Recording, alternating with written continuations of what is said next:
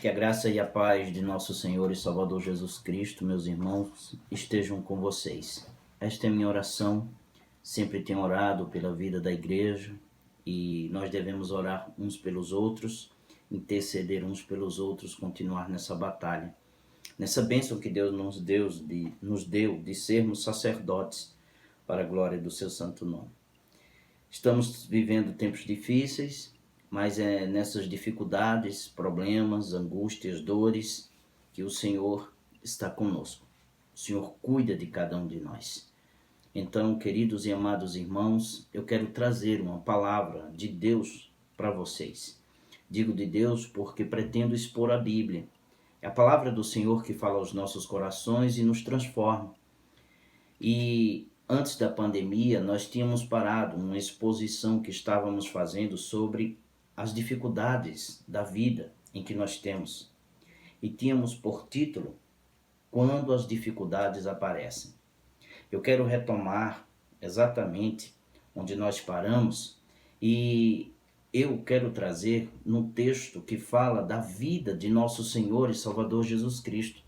E terminaremos, se Deus assim permitir, a semana que vem com estas séries de mensagens que estava trazendo com esse tema, esse título, Quando as dificuldades elas aparecem. E o tema de hoje é, ora, a minha alma está angustiada, disse o Senhor e Salvador Jesus Cristo. O sofrimento do Salvador até a morte. E o texto encontra-se em João, no Evangelho, capítulo 12. Eu quero ler com vocês do verso 20 ao verso 33, para que a gente tenha uma compreensão de tudo aquilo que iremos expor aqui.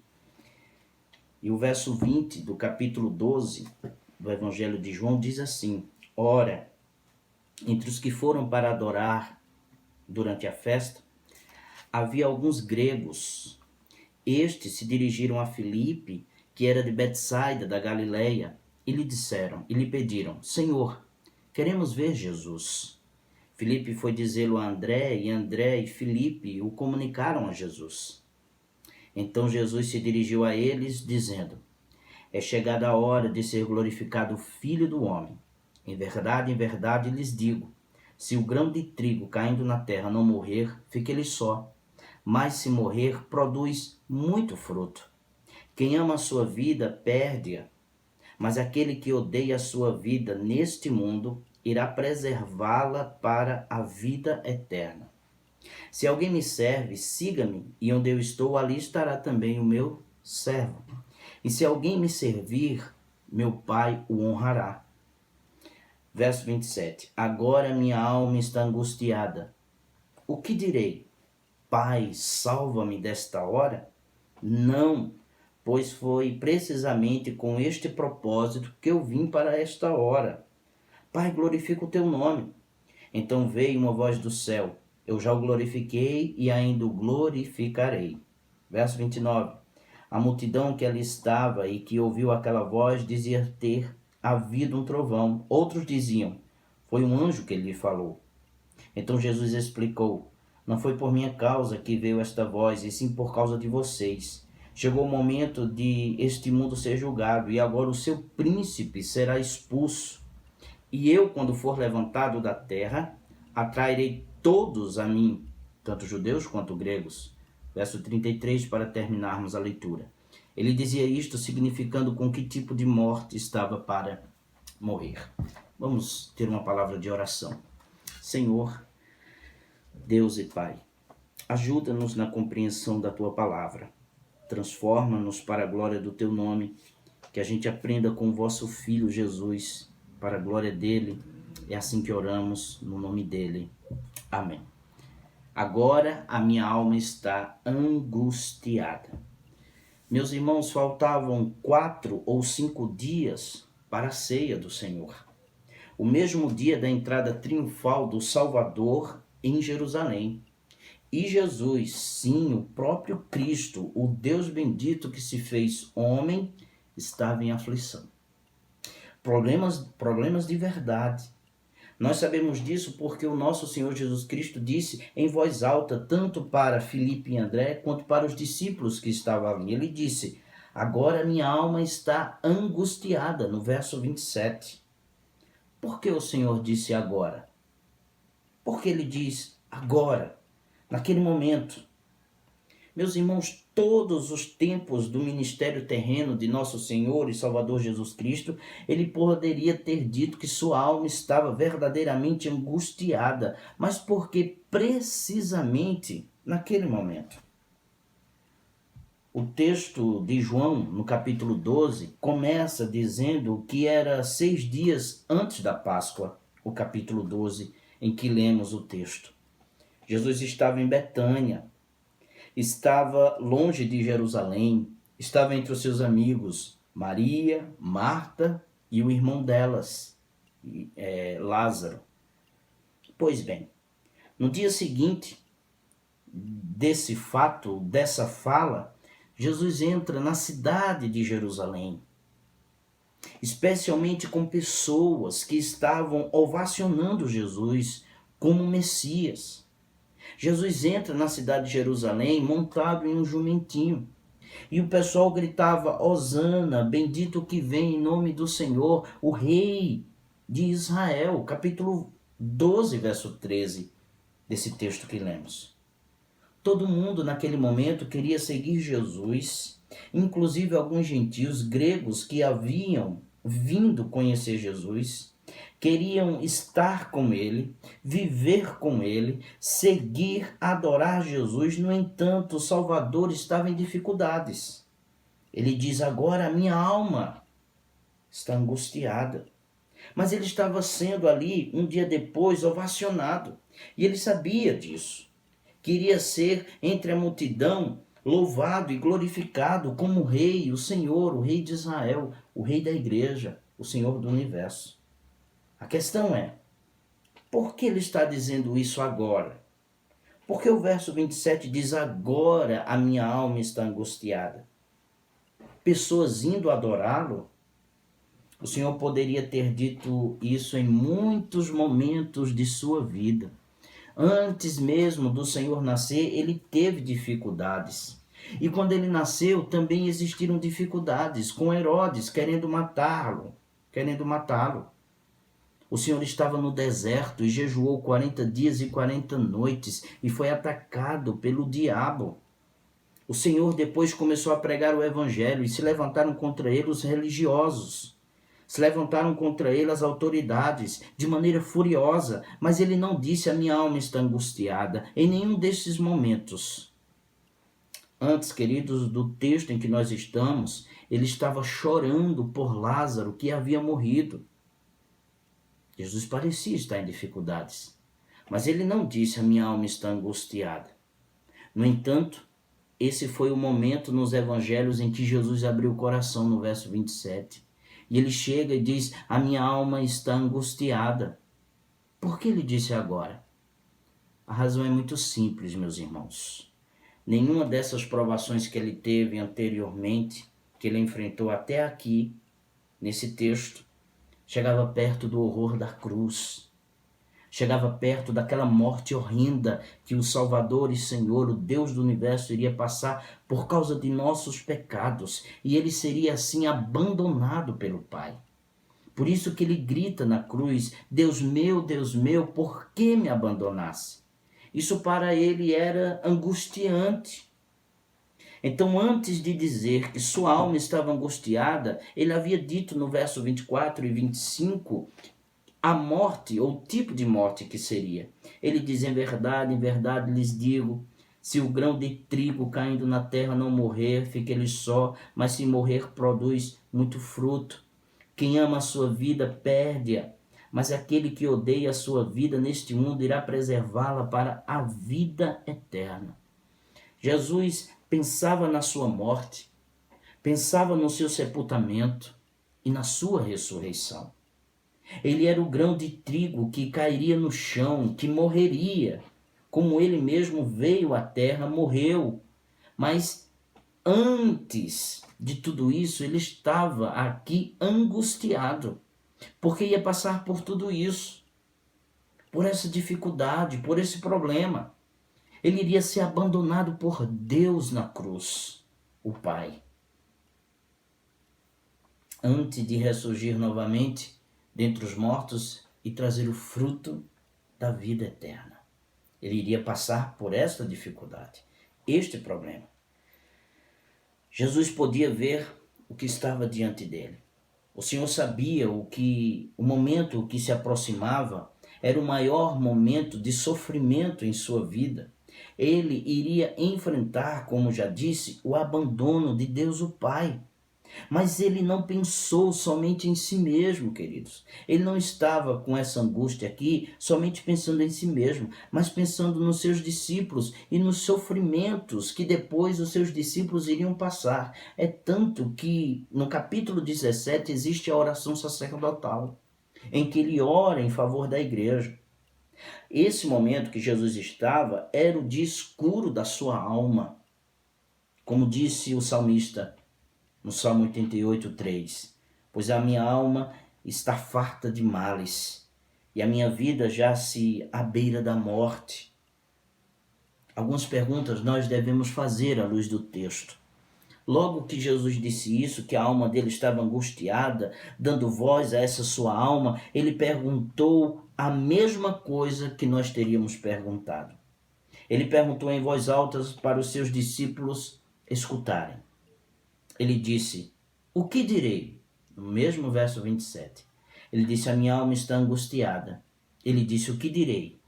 Quando ele diz o que direi, em outras palavras, o que eu vou fazer quando a aflição chegar? O que eu farei? Depois de sua primeira pergunta, ele prosseguiu com a segunda, que está muito relacionada à primeira. Ele indagou se deveria orar: Pai, salva-me desta hora? Nesse mesmo verso, ele faz uma pergunta: Pai, salva-me desta hora? O Senhor está aqui fazendo uma pergunta retórica. Pergunta retórica é aquela pergunta em que a própria pessoa que o faz já sabe a resposta. É para fins didáticos, para nos ensinar aqueles que estão ouvindo. Mas, queridos, para a maioria das pessoas, não seria uma pergunta, mas sim uma exigência. Jesus perguntou: Pai, salva-me desta hora? Se eu e vocês estivéssemos orando, provavelmente nós diríamos: Pai, salva-me desta hora. Seria uma afirmação. A maioria das pessoas tenta evitar os problemas a todo custo. E quando chegam as aflições, tentam se afastar delas. Isso explica porque algumas pessoas, queridos irmãos, afirmam não ter problemas ou fingem que seus problemas acabaram antes mesmo de terminarem. Ninguém gosta de estar em apuros, nem eu nem vocês. Quando vem a provação, um de nossos primeiros instintos é pedir que Deus tire a aflição de nossa vida. Há algo errado nisso? Não há algo errado. Aliás, nós devemos verdadeiramente suplicar a Deus que Deus nos livre das dificuldades e dos problemas. Não existe nada de errado nisso, conquanto que eu e vocês reconheçamos que Deus talvez tenha um propósito na dificuldade em que eu e vocês estamos passando, como ele tinha na pessoa de Jesus. Eu e vocês precisamos ter essa consciência. Pedir ao Senhor que nos livre, não há nenhum problema, mas nós devemos também ter a luz da graça de Deus em nossa vida, suplicar por isso, em saber que Deus também pode ter um propósito naquela dificuldade em que nós nos encontramos. Então, quando Jesus viu que os problemas estavam para chegar, naturalmente ele perguntou se haveria alguma saída.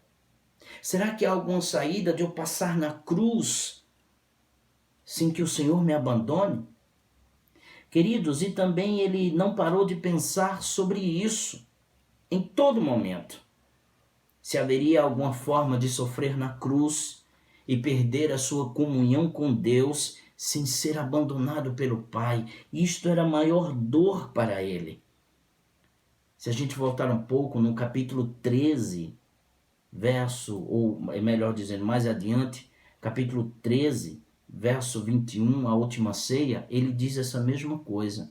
Ele diz: angustiou-se Jesus de espírito. Aliás, João disse isso. Faz esse registro.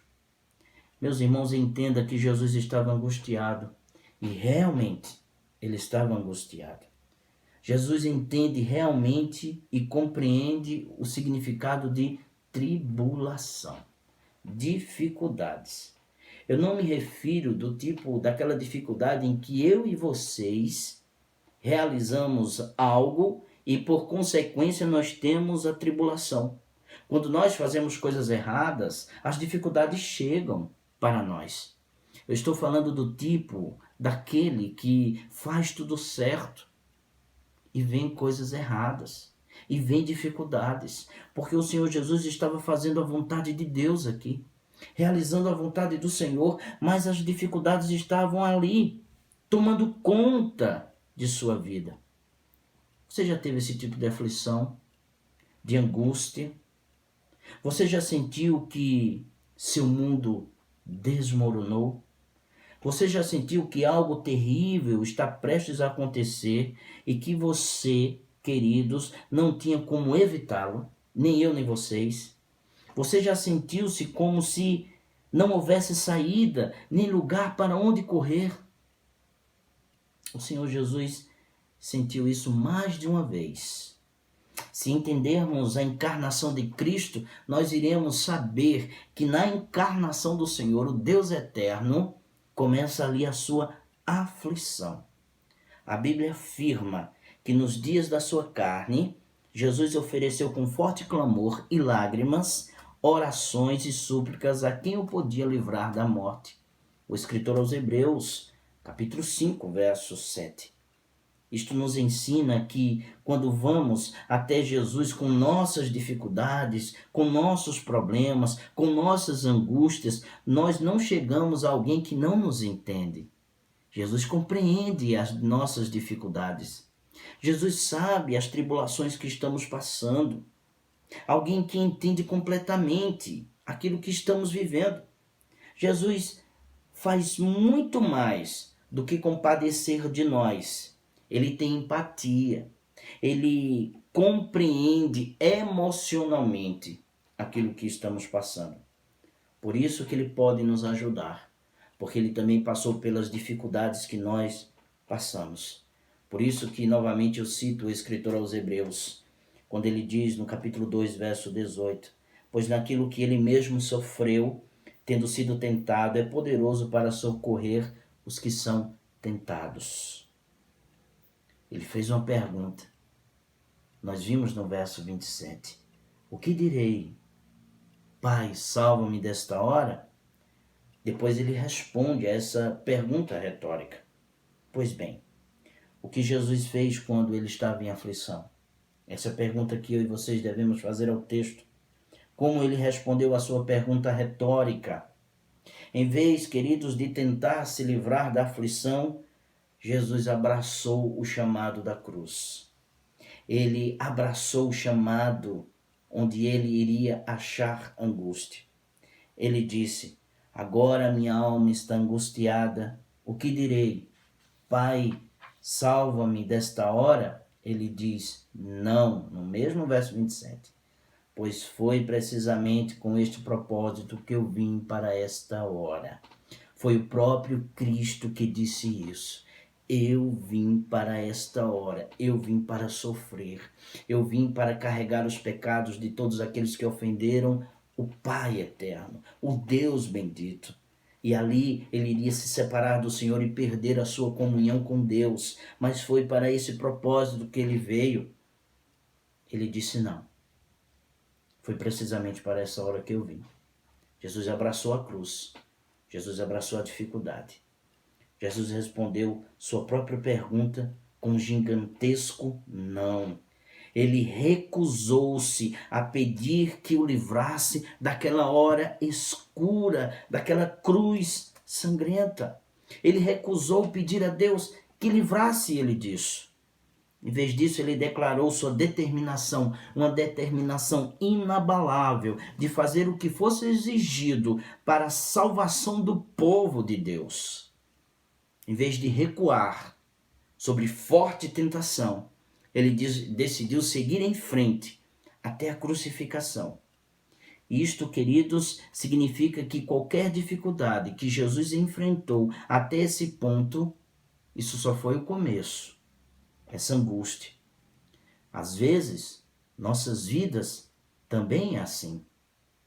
Fazemos o que Deus nos chama a fazer, eu e vocês, e então, em vez das coisas melhorarem, os problemas acabarem, não termos mais problemas na vida porque estamos servindo o Senhor, nós temos mais problemas.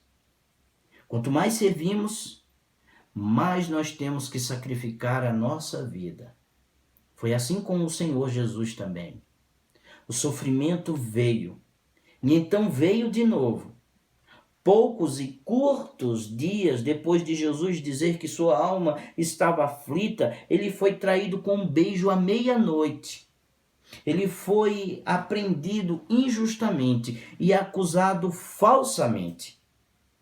Num decurso de uma longa noite agonizante, ele foi arrastado para um tribunal religioso e um tribunal político, onde ele estava sendo acusado por ambos tribunais de algo que ele não havia feito. Ele foi açoitado antes de morrer na cruz, ele foi torturado sem ter culpa nenhuma. A resposta que Jesus oferece para os problemas do mundo, queridos, é através do seu sofrimento, sua morte. Porque por sua morte há perdão para a glória de Deus. Mas ele fez isso porque ele tinha uma motivação no coração. Ele tinha uma motivação na vida. E a pergunta que nós fazemos novamente é: por que Jesus passou tudo isso? O que lhe deu poder para perseverar? O que motivou a cumprir seu chamado, mesmo quando isso significava sofrimento? Ele sabia que iria sofrer, mas ele continuou. João nos mostra que Jesus ele foi motivado pela mais alta de todas as ambições que alguém pode ter: a glória de Deus. Note como Jesus orou, meus irmãos. Quando sua alma estava aflita, ele pensou dizer: Pai, salva-me desta hora. Mas ele decidiu não dizer isso.